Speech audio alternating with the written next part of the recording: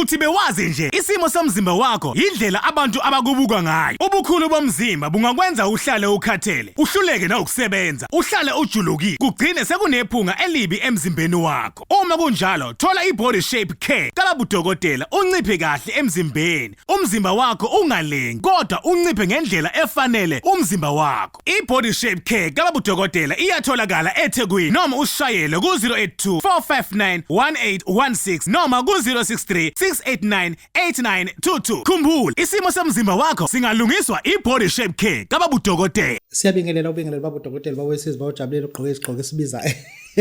Cha phela igqoka sami esibiza kunesakho ufuna ngithini? Ijacket yami ebiza kunakho ufuna ngithini? Ngingathini kodwa uyabona ugaqela ufakele ungangithathi ngalendlela ecanga ngayo. Angiyona nje into ecanga ukuthi ngiyona ke mina. Lento ngathi uma ngifika eMzuzu ngifuna le chain leli.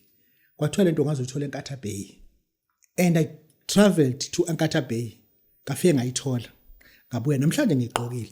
Lena ke angeke utshelwe yonke into phela kanti manje ngiyafundisa lana ngemigaqo ebizayo. Ngeke. Babudokotela babesizwe bawujabula umfana omhlanje ekhehlela umlomo. Namhlanje ngithi angeke ngiveze lo ngisebhilidini to Nedbank House building. Njoba shoota nje sise 19 floor dark room studio number 1 and ubabudokotela umelapha ndabuko uyinyanga and then ngiyile nyanga ke oriented very different. Ngifuna ukufisa iphupho lami. I'm 52 years old. I'm 6 years to 60. I'm 8 years to 60. Engisho ukuthi angifuni ukufika ku 60 kungunabantu engizobabona isimo sabo sifana ngithi mina I wish I had time ngabe lokho ngakwenza njengamanje siphethe itheme ethi ivangeli alixutshwa. If uthatha ivangeli thatha ivangeli akujolo evangelini xutshwa nje ivangeli ungeze umqondo ozoxuba ivangeli sizongena kulento and then babudokotela babesizwe bawujabula umfana omhlanje ekhehlela umzulu abancinyisi elana sinomfana osamncane osazama mfana okuba mid 30s and uyazama kakhulu uyapusha and then the beauty about it and then umfana one YouTube channel ayiqale eneminyaka ewu22 and uma uqale kwasakudlala but past 10 years and uyiphusha yedwana but now sesithi ake simnike ichannel not because computer nathi thina sicomputer namuntu mina ngicomputer ngoba zimosa into eningi zazamahala and then enye into ebengifuna ukuyibhekisisa ilama YouTube channel amaningi osandane ezagcwele egoli ukuthi into engempela yini abantu basegoli banama YouTube channel akushuthwa ngefoni ajika kucharge umuntu kade kushuta ngefoni nje kushuta ngefoni akujethe kuzoba imali engaka ngiphethe Chris Network podcast is based in Johannesburg ngokuzalwa eDumbe endaweni yasePort Petersburg. When he was 5 to 6 years old they moved to Johannesburg. Namhlanje no developed laphana ngeke ngambona ke nakumanye ama TV station ngeswasho ukuthi maphi unless kuyena osho Chris asikubingelele baba. Yabonga kakhulu dokotela namhlanje njani? Sibonga kakhulu baba siyabonga kakhulu ukuhlangana neteam yakho nabafana ba discipline ngendlela eyisimanga siyabonga kakhulu Chris. Ngiyawuthanda umsebenzi owenzayo as ubaba udokotela babesizwe bawujabula umfana omhlanje ekhehlela angiyisoli futhi angixolisi ngimdala kakhulu ngibona ukuthi uma ngizothi ngimdala ngibona abantu abeza ngemva besemuva kangaka angeke ngibasondeze Chris Postcard Network yini leyo before just lapho dokotela ke siqale sibonga abantu abanjengana abasinike iplatform ukuthi sikhona ukukhuluma siziphushe nanokuthi abantu abafuna abawili ukuthi basisize masifike kubo basithatha ngendlela eright nathi sizizwe sengabantu siyabonga kakhulu dokotela kodwa ukungena kwi-Chris Network i-Chris Network ina 10 years in business on YouTube. I-Chris Network ishutha iy'tori zabantu ngaba umcimbi ngaba yini kodwa ke namhlanje sisanda ukufocus ukuthi umuntu mhlawumbe oyinyanga othi ngifuna nomcimbi engifuna ukwenza ngingathanda ukuthi abantu babone i-package yethu travela kuwo wonke ama-province. I-package yethu lapho ibe imali iqala 10,000 rand size kuwe sifike sikushuthele uma kumele silale siyalala lapho sikushuthele umcimbi wakho bese uyavela kuma channel wethu in 5 days siyenza show ukuthi umcimbi wakho kumele uvele kuma channels wethu kuwo wonke from Facebook to TikTok. Facebook sireacha 2 million views as well as nako YouTube siyaphusha nakhona ama views wakhona amahle kakhulu nako TikTok. So abantu umuntu osho ukuthi hayi nginomcimbi mhlawumbe ekhipha ithwasa noma ngisango noma unomcimbi afuna ukutshengisa traditional event afuna ukutshengisa as well as nabafundisi njengoba abafundisi bethi hayi because through abafundisi abantu mabeshumayela abantu abaningi kumele bayibone leyo nto futhi babe sebeyashintsha bekhonza inkosi ngaleyo ndlela leyo. so nakhona abantu abakanjalo abanjengabafundisi umuntu oshothe ngizobe sinekwenze ukuthi ngathanda ukuthi sibone umhlaba wonke so ngama-testimony kuzobe kunani nani so ngathanda ukuthi ivele kuleyo channel kulungile-ke siyashadela ungakhathazeki ukuthi usePolokwane ukuphi use-Eastern Cape siyesifike-ke nakhona ngayo i-10,000 leyo sicontribute-ile wonke umcimbi wakho uvele kwi-channel yethu. Ake sibonge uke kwenye i-channel e-shooting esike saba nayo nawe sik-interviewa last week wathi you are willing ukuthi ufuna ukuvula ama-branches wonke ama-major cities in South Africa into ekushaya i-funding and then why ufuna ukuvula ama-branches kuyo yonke indawo? Wathi indaba enkulu-ke dokotela leyo-ke singathanda kakhulu ukuthi mhlawumbe sibe nama-branch ey'ndawo i-Chris Network ibe khona ko-Eastern Cape, ko-Cape Town, Eastern Cape, ko-Durban, ko-Mpumalanga, Pieter Maritzburg. Sazi ukuthi okay nakhona kune-Chris Network abantu babefuna ukuyokhuluma iy'tori zabo kunemicimbi abafuna ukuthi yenzeke bavele beze studio sethu kube lula kakhulu beze studio sethu sifike befike beshosa so noma ubani onamandla ukuthi asisize kwenzeke lokho ukuthi ikhona indawo ngani lapho kungaba khona i-studio labafana bafike basebenzele khona abantu bakuleyo ndawo kuleyo profit bakhona basizakale kuyo beze ney'tori zabo uma befuna ukwenzela imicimbi yabo yini baye kuleso studio besikhulume nathi sibenzele nathi sitravel siye lapho sifike sishuthe senze yonke into abantu bakhona because iyo create namathuba omsebenzi kulabo bantu abangalapho because ngeke sisibule nabo bonke abantu la eJoburg but kube khona abantu siyobathatha lapho nje namhlanje uzosiza nge-makeup abantu banisithatha khona lapho endaweni leyo nto yo-create job opportunities so makukhona umuntu okanjalo olapho uthi mina ngila eMaritzburg khona noma ngiseDurban ngasijabule istudio sensibe khona la kube ngasizi thina kuphela but ube sesiza nabantu abaround la create amathuba omsebenzi singakujabulela ukuthi sibe nestudio kuma-profits nama-profits.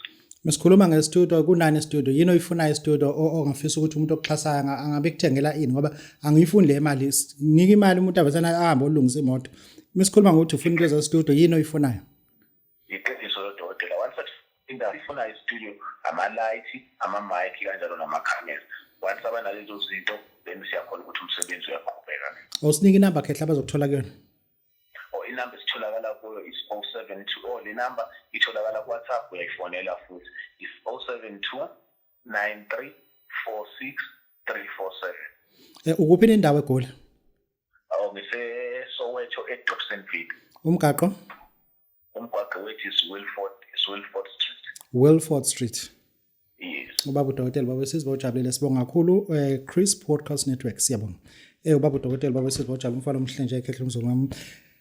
Namhlanje ngifuna ke siyibuke lento we are in mid July now sithi azi ukuthi obuthu yakuzama kuJuly sekuhlulile.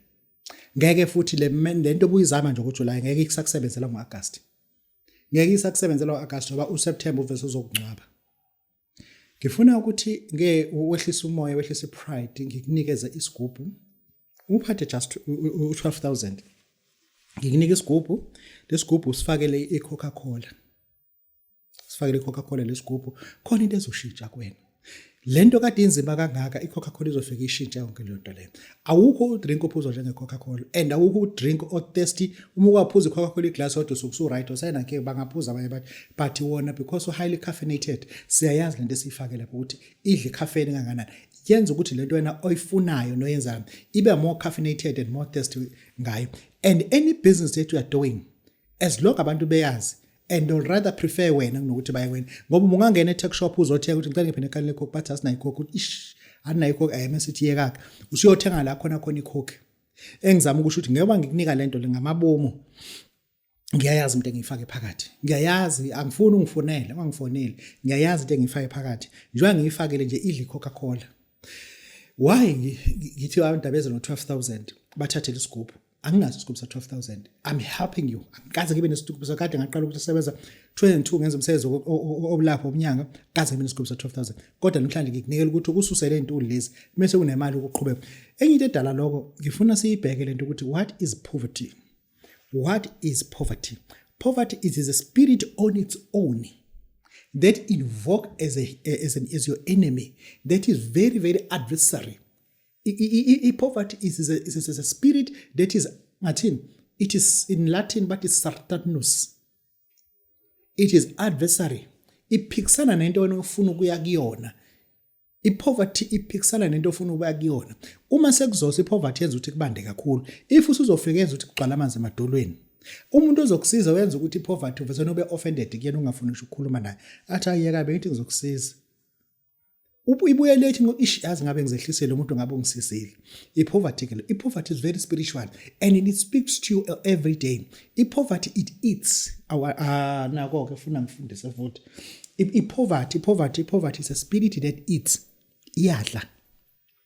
I-poverty it drinks a lot of alcohol. Idinga izikweleti. I-poverty ifuna sex like nobody else's business. Akekho umuntu osezikweletini njengomuntu ohluphekayo.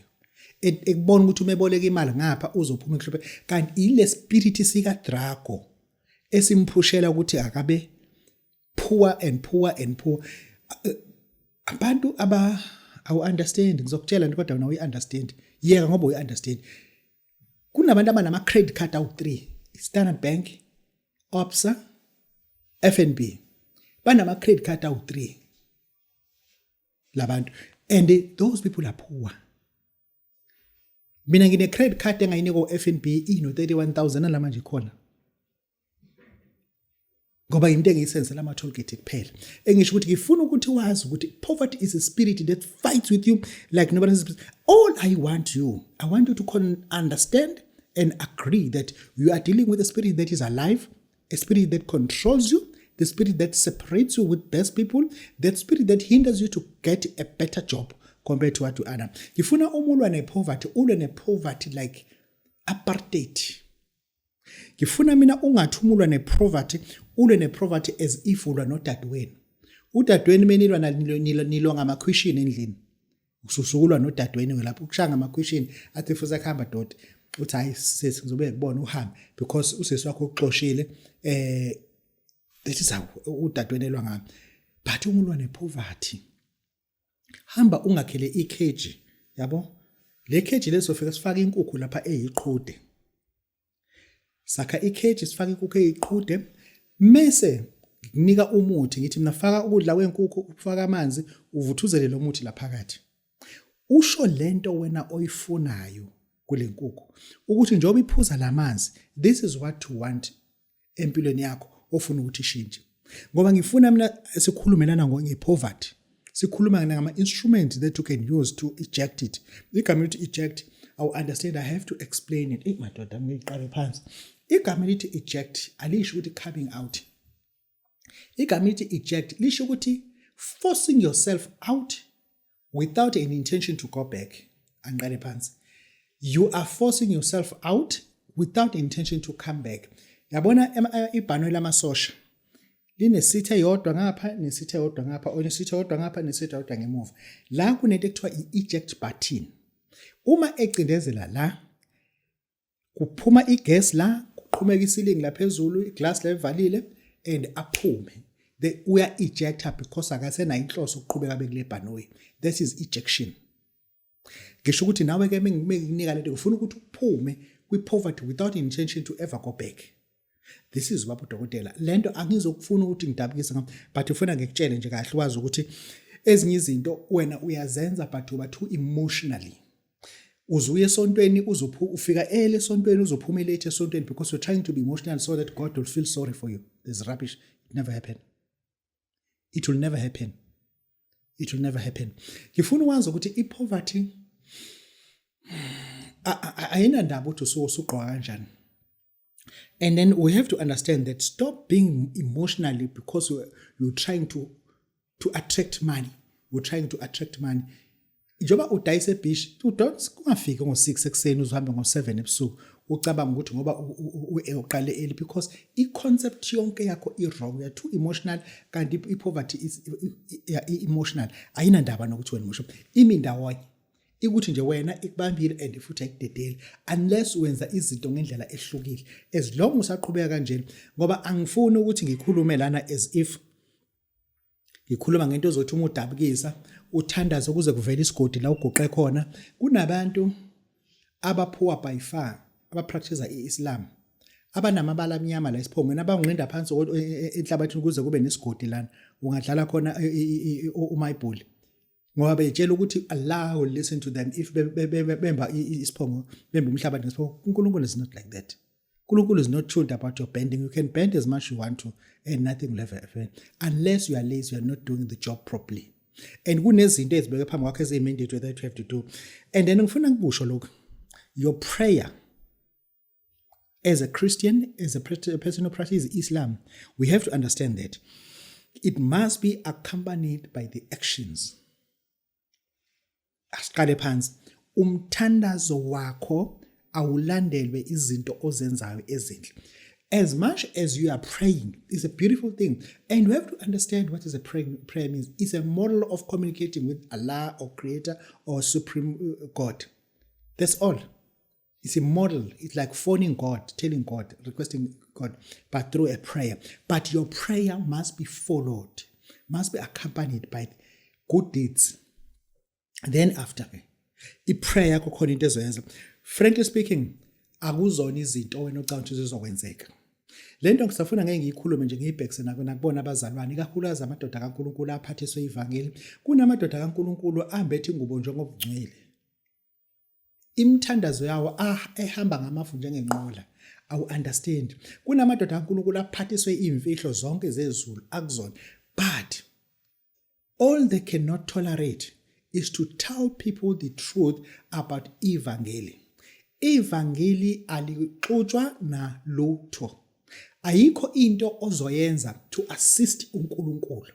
Ayikho into ozoyenza to assist evangeli. Ayikho into ozoyenza to assist umoya ongcwele. Umoya ongcwele does not need your help.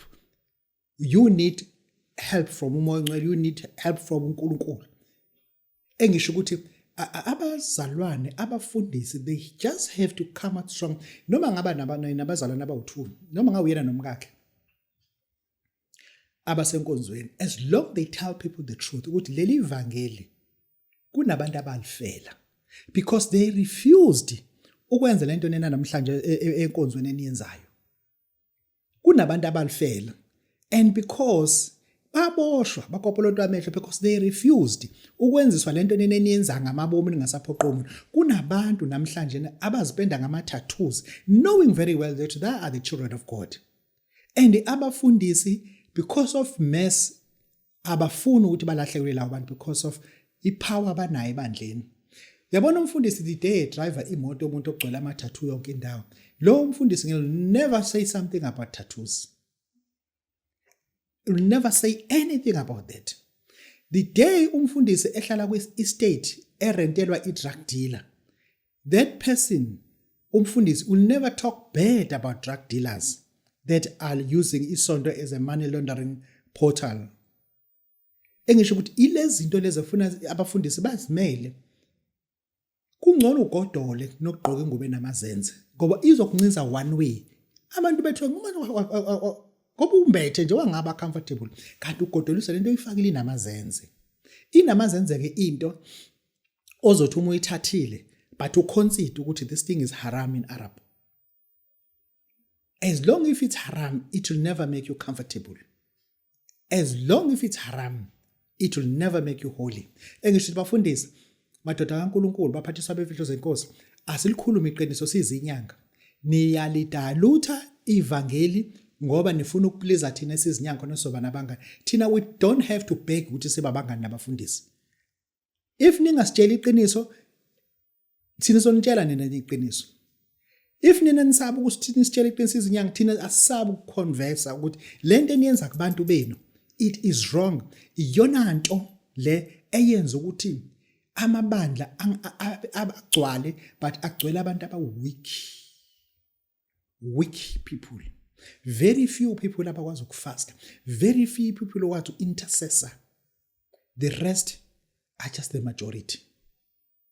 This is Babu Dr. Babu says wajalo mfana umhleje khehle umzola abancinci. Siyabonga. Uthi bewazi nje isimo somzimba wakho indlela abantu abakubuka ngayo. Ubukhulu bomzimba bungakwenza uhlale ukhathele, uhluleke na ukusebenza, uhlale ujuluki, kugcine sekunephunga elibi emzimbeni wakho. Uma kunjalo, thola iBody Shape Care kabudokotela unciphe kahle emzimbeni. Umzimba wakho ungalengi, kodwa unciphe ngendlela efanele umzimba wakho. iBody Shape Care kabudokotela iyatholakala eThekwini noma ushayele ku 082 4591816 noma ku-063 689 8922. Khumbula, isimo somzimba wakho singalungiswa i-Body Shape Care kababudokotela.